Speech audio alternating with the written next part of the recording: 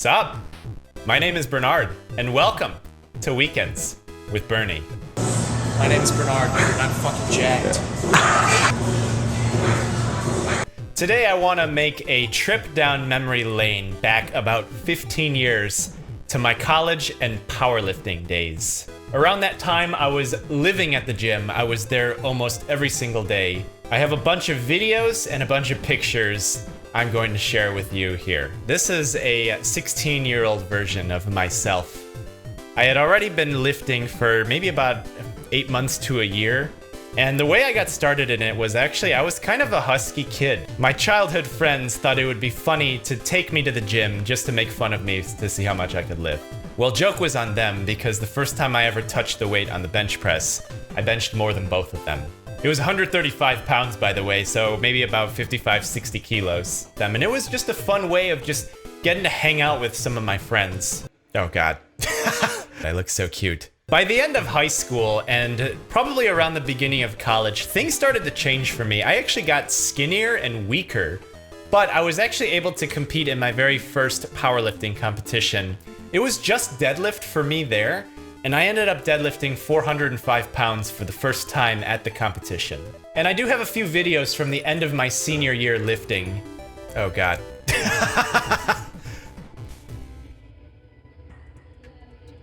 Yeah, never do this, by the way. So right here, if you see me moving, you need to be tight on the bench. I mean, this is a 17-year-old version of me, and this is benching 185 pounds. This is terrible form. I only weighed about 160 pounds here, though, so this is okay. It's not exceptionally strong, but it's pretty good. Here's a video of me deadlifting for the second time ever. So this is 365 pounds. And not having a shirt helps the most. I didn't even lock it out. Oh, look at that face. This is my first time trying to squat 365. It obviously didn't go very well. The shame in his eyes. I actually remember missing that. So when you go to the gym, you might have spotters, but try not to miss weights because it messes with you psychologically. I actually did not revisit that weight for another year after that. So in college, my freshman year, I gained that freshman 15 plus another 30 pounds. I actually did get pretty strong after this. When I started my first day of freshman year, I could bench maybe about 225, and by winter break, I was actually able to bench 315 for the first time. I actually don't have too many pictures of me during the weight gain, and I also don't have a lot of videos from it either, but there came to be a point in time where I was a little unhappy with how I felt and how I looked. And this is about where I had just snapped and just couldn't do it anymore. I was snoring, I couldn't sleep well because I felt like my neck was gonna collapse on itself, and I also wasn't getting any stronger. And one of the training videos from around this time did look like this. That is like the most hilarious. We need a video of that. You got it? Oh God.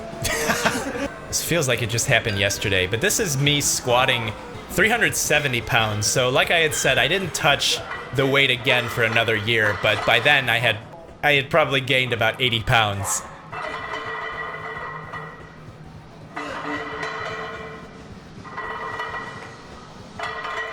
Oh, that's hot.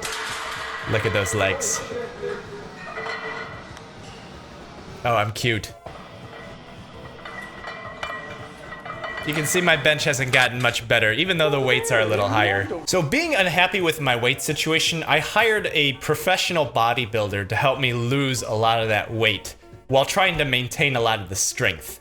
And I highlight that in a video in the description below. I talk about the entire thing on how I lost 60 pounds in 16 weeks. Here's a time lapse of it week by week of how it went down. So this is the very beginning of the diet. And as we keep going, you can tell by week 4, I'm already starting to lose some. 5, 6, 7, 8, 9, 10, unfortunately a different background, 11, and there's a very clear difference between these two, and these are only about 2.5 months apart. Week 12, 13, 14, 15, and week 16. Now it's very funny because these pictures are about 3 years apart. I'm much stronger here on the right than I am on the left, but I weigh the same. I'm 165 pounds in both. So a few months after the weight loss, I did gain about 35, 40 pounds back, and that was intentional because I did want to compete after that.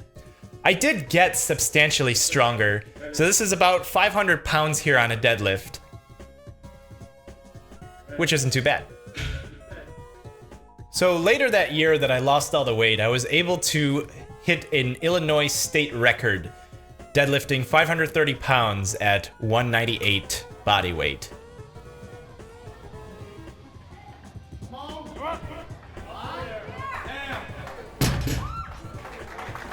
So just a few months later, I had regained back almost all of the weight, but I was so much stronger. And I found a new gym out in Illinois. No joke, the name was Jacked Hardcore Gym. And funny thing about this gym, the first time I ever walked in there, I remember talking to them and saying, I'm here to bench press. They looked at me and they said, how much do you bench? And I said, low 400s? And when they heard that, they said, okay, you go lift over there. And that was where all the girls lifted. And that's because the girls were bench pressing 400 something pounds. So in this video, you can actually hear that there's a girl coaching me. And trust me, these girls knew their stuff. This is me bench pressing 425 pounds for the first time.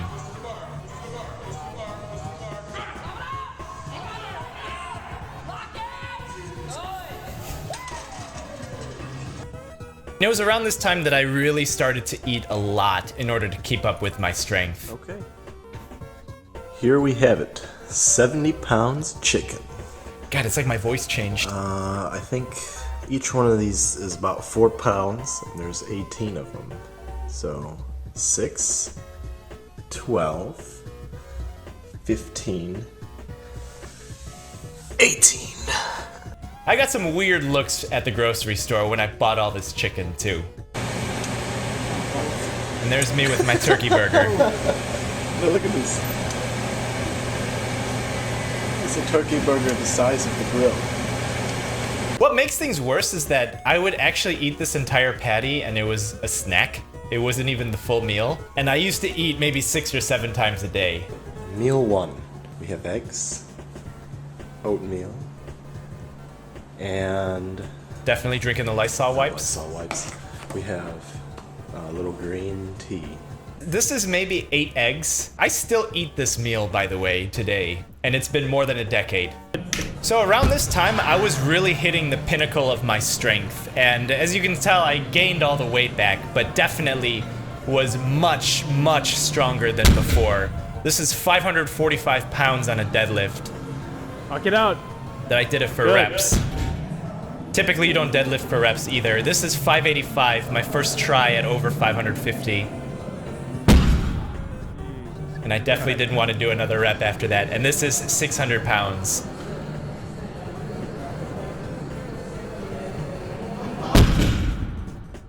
So the funny thing is when I did lift heavy, I did notice that I would pop blood vessels in the skin in my face, which would then make it look like I have a tan. Yeah, it looks like I got a tan today, right? But I actually didn't. Oh god, it's like I'm gonna make out with a camera. Deadlifted a little heavy. Funny thing is, this, I don't even know if you can see this in the video. Looks like the blood vessels in my skin on my stretch marks have popped. Funny thing, because I still have this thing on too. My name's Bernard, and I'm fucking jacked. Oh god.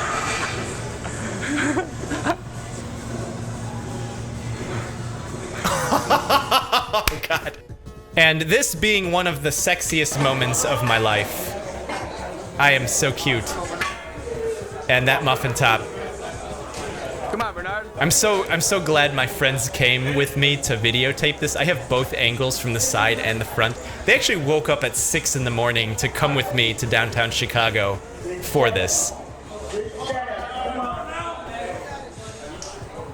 I couldn't even bend down to have both of my hands on the bar because I was so fat.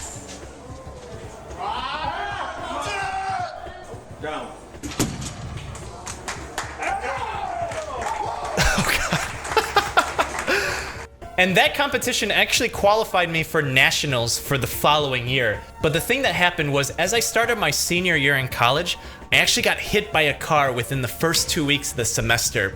So this video was taken right after I had just gotten hit. And you can tell here that my left leg was just a little bit more swollen than my right. And I actually tore a few ligaments in my knee. Thank God that was all I did, was just tear a few ligaments. But I couldn't train for 16 weeks following the accident. That took me out of commission to compete into the nationals the following year. Quite honestly, I take that as the single moment that took me out of powerlifting as a whole. And that's a quick trip down memory lane in the powerlifting arm of my life. Right after this, I went to go and study medicine, and pretty much after that, I was working multiple jobs in order to come out debt-free, which I was actually able to do. I haven't really touched powerlifting for a while. I still go to the gym, but maybe twice or 3 times a week.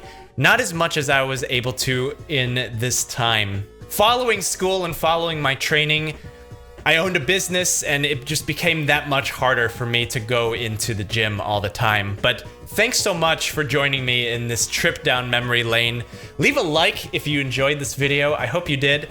If you're interested in getting into some kind of lifting or some kind of gym, let me know in the comments below. But this is definitely a long time ago for me and a different part of my life, which I'm so glad I was able to experience. Subscribe if you'd like to see more. This isn't a powerlifting channel, but I have a lot of past lives, and we'll be able to dive deeper into others on Weekends with Bernie. But thank you so much for hanging out with me today, and thanks for watching. I'll see you in the next one. Adios, amigos. I have a few lessons that I learned that I've written down and that I've thought about over the last 6-7 years. Lesson number 1, incremental changes are key. If you noticed at the very base plan of the diet at week 1, things were actually pretty easy.